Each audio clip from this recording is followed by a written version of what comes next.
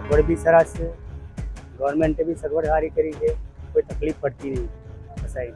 કારણે અમે અંબાજીમાં કમસે કમ 5 થી 6 ડોમ બાંધેવામાં આવે છે. કલ્ચર એક્ટિવિટી છે અને લોકોને રહેવા માટે ઉત્તમ સગવડ મળી રહે તે માટેની બી વ્યવસ્થા ખાસ કરીને કરવામાં આવેલ છે. ખૂબ જ વિપુલ પ્રમાણમાં માય ભક્તો દૂર દૂરથી શ્રદ્ધા સાથે આવે છે, તો એમને માતાજીનો પ્રસાદ સારી રીતે શુદ્ધ પ્રસાદ મળી રહે એનું અમે ખાસ ધ્યાન રાખીએ છીએ. પ્રસાદ માટે અમે વિશેષ આયોજન કરેલું છે. આપ આવો, દર્શન કરો, આપની સેફટી માટે, આપને અહીંયા સ્વચ્છતા જળે, આપનો આ જે ધાર્મિક યાત્રા છે આનંદમય બને તે માટે અમે સંપૂર્ણ સજ્જ છીએ.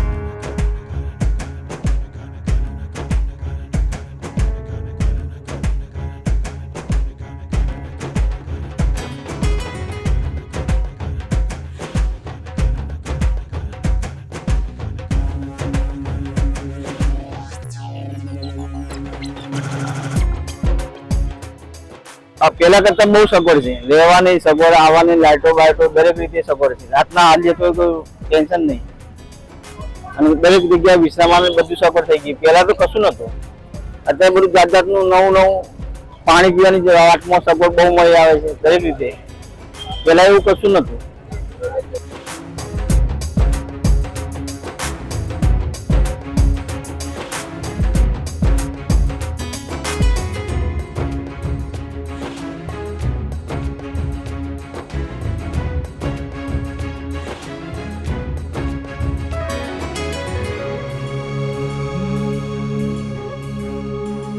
અમદાવાદ ઇવેન્ટ મેનેજમેન્ટમાં આપણે અહીંયા કાર્યમાં આવ્યા છે એટલે અહીંયા પૂજા પ્રવચન કરે છે. આપણે અને સીએમ દ્વારા આયોજન કરવામાં આવે છે અને અંબાજી યોગદાન રહે છે.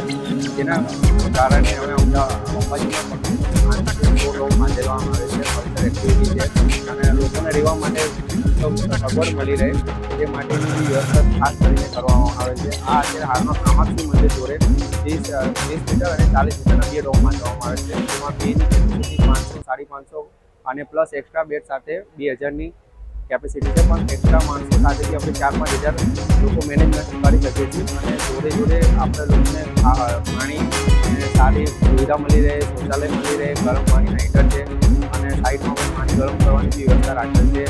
કોઈ લોકોને તકલીફ ન પડે એ માટે અમારા તરફથી ટીમ પણ રાખવામાં આવેલ છે અને જે લોકો એમનું ધ્યાન રાખી શકીએ છીએ. અમે કોઈને જોવામાં કોઈ પણ વસ્તુમાં સગવડ ના પડે એ અમે કાળજી અમારા તરફથી લઈ શકીએ છીએ અને કોઈ પણ બાબત હશે તો એના માટે અમે કાળજીપૂર્વક એનું ધ્યાન રાખીએ છીએ.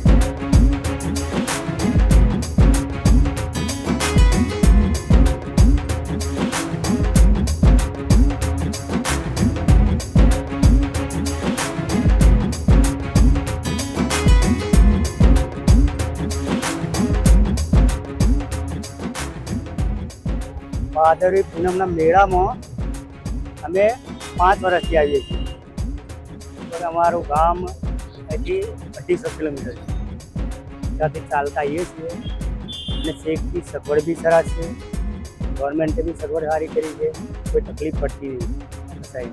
ભીડ તો હશે પણ સગવડ સારી છે, દર્શન કરવાનો લાવો બહુ મસ્ત મળે છે. રસ્તામાં થાક લાગે એના માટે બધી વ્યવસ્થા છે, દવાની, આરોગ્યની બધી વ્યવસ્થા છે પૂરી.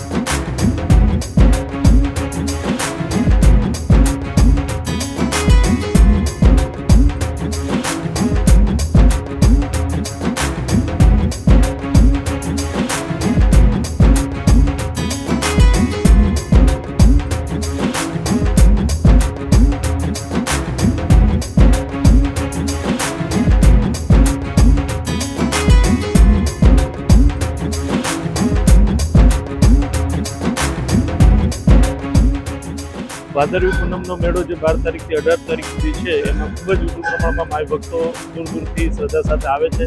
તો એમને માતાજીનો પ્રસાદ સારી રીતે શુદ્ધ પ્રસાદ મળી રહે એનું અમે ખાસ ધ્યાન રાખીએ છીએ. પ્રસાદ માટે અમે વિશેષ આયોજન કરેલું છે. આપ જુઓ છો કે આ સમગ્ર કેમ્પ અલગથી બનાવેલો છે પ્રસાદ બનાવવા માટે. આખા સમગ્ર મેળા દરમિયાન આશરે 3,25,000 kg જેટલો પ્રસાદ બનાવવાનું અમારું આયોજન છે. સાથે પ્રસાદ જ્યારે બનાવવાની વાત કરું તો 325 કિલોગ્રામનો એક ઘાણ બનતો હોય છે. આશરે 100 કિલોગ્રામ જેટલું બેસન, 75 કિલોગ્રામ જેટલું શુદ્ધ ઘી, 200 ગ્રામ જેટલી ઇલાયચી અને સાથે 150 કિલો જેટલી ખાંડ જતી હોય છે. અને વર્ષો જૂના અમારા જે રસોઈયા છે જ્યાં રસોઈ પ્રસાદ સાથે સંકળાયેલા છે એ લોકો જે આ પ્રસાદ બનાવે છે ત્યારબાદ બનેલો જે પ્રસાદ છે એનું ફૂડ એન્ડ ડ્રગ્સ વિભાગ દ્વારા ક્વોલિટી ચેકિંગ થાય છે. અને ત્યારબાદ અમારા જે અલગ અલગ 14 જેટલા વેચાણ કેન્દ્રો જે માનનીય કલેક્ટર સાહેબના જો આ મંદિર ટ્રસ્ટના ચેરમેન છે એમના આદેશથી ભાવિકોને શાંતિથી પ્રસાદ મળી રહે એ મંદિર પરિસરની અંદર અને બહાર અમે આ પ્રસાદ જે ભક્તોને મળી રહે એવું આયોજન કરેલું. રોજના અત્યારે તો 70 ગાંઠ જેટલો, એટલે એક ગાંઠમાં મેં તમને કીધું 325 કિલોગ્રામ, એ રીતે 70 ગાંઠ જેટલા પ્રસાદ બની રહ્યા છે. જેમ જેમ સંખ્યા વધશે એમ આનું પ્રમાણ વધશે. પણ ઓવરઓલ આ જે સમગ્ર મેળો છે એમાં આશરે મિનિમમ 3,25,000 kg જેટલો પ્રસાદ વેચાશે એવી અમારી ધારણા છે.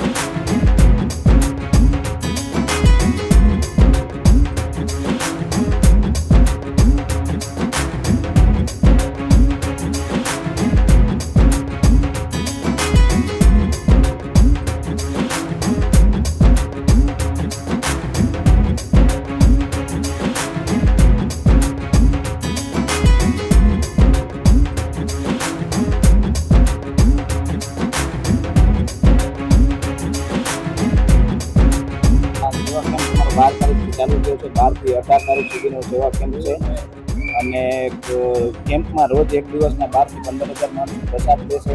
અને આ કેમ્પ સહકાર ગ્રુપ તરફથી આજે વખતે અમને મોકો મળ્યો છે. દર વખતે ટેન્ડર સિસ્ટમ હોય છે. મંદિરના ટ્રસ્ટ દ્વારા અમને સહમતિથી આ સેવાનો કેમ્પનો લાભ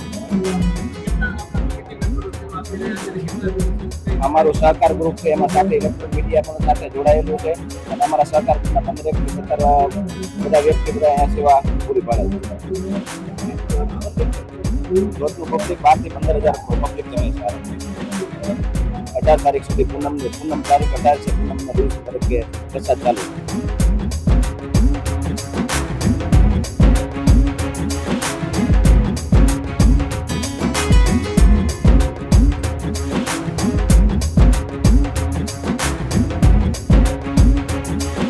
મા અંબાના આશીર્વાદથી જે આપણે ભાદરવી પૂનમનો મેળો 12 તારીખથી શરૂ થયો, 17 તારીખ સુધી પૂનમના દિવસ સુધી ચાલશે આ મેળો.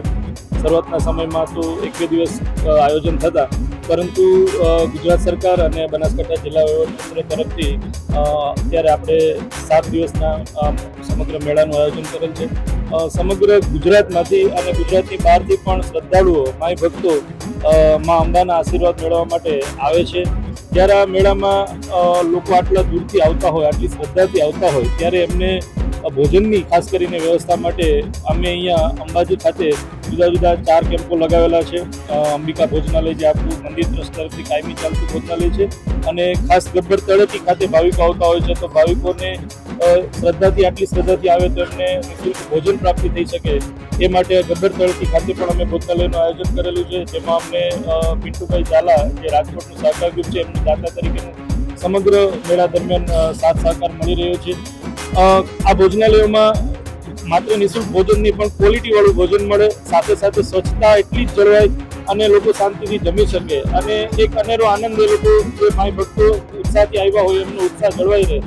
તો આ મેળો ગુજરાતમાં સૌથી મોટો મેળો હોય છે અને માઈ ભક્તો દૂર દૂરથી મા અંબાના આશીર્વાદ મેળવવા આવે છે.